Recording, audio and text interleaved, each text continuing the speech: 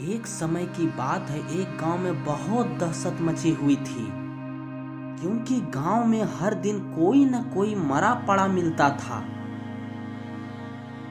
अरे देखो भाई, आज फिर से एक और गांव वाले की लाश। हाँ रतन भाई, ये सब क्या हो रहा है? कुछ समझ नहीं आता। अरे मंगरू, ये सब समझना हमारी बस की बात नहीं। तो क्या करा रतन भाई? कुछ ना कुछ तो करना ही पड़ेगा, नहीं तो इस गांव में रहना बिल्कुल नामुमकिन हो जाएगा। रतन भाई, क्यों ना हम फकीरा बाबा की मदद लें? तुमने ठीक कहा, वो हमें इस मुसीबत से बचा सकते हैं।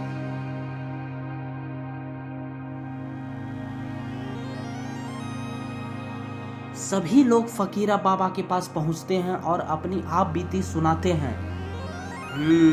मैं समझ गया हूँ, ये सब जो कोई भी कर रहा है उसका नाश मैं कर दूंगा।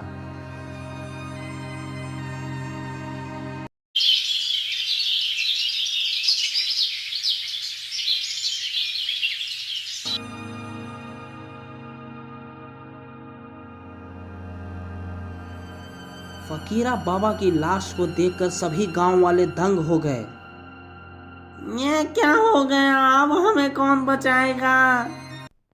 एक रात एक गांव वाला अपने घर जा रहा था, तभी उसे कुछ दिखाई पड़ता है।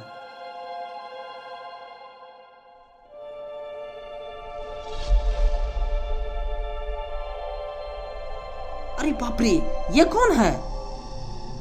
ये तो एक भयानक शैतान लग रहा है। तभी वो अदृश्य दानव पेड़ से गायब हो जाता है। अरे कहाँ चला गया वो शैतान? वो गांव वाला डर कर गांव की तरफ भागने लगता है। तभी रास्ते में उसे एक लाश दिखाई देती है, जो उसी की लाश होती है।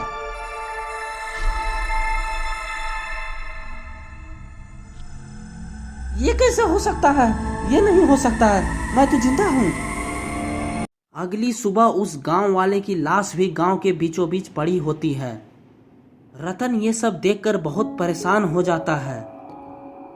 कौन सा पाप हो गया हम गांव वालों से, जो ये दिन देखना पड़ रहा है।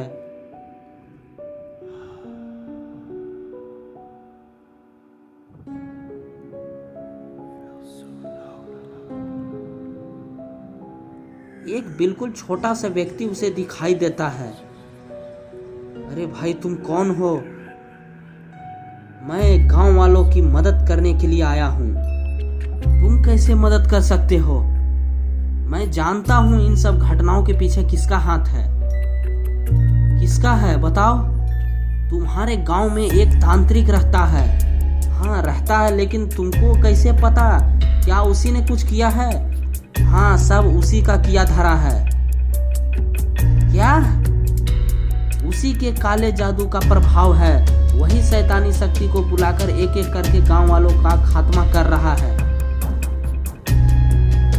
अभी मैं सभी गांव वालों के साथ मिलकर उसे सबक सिखाता हूँ।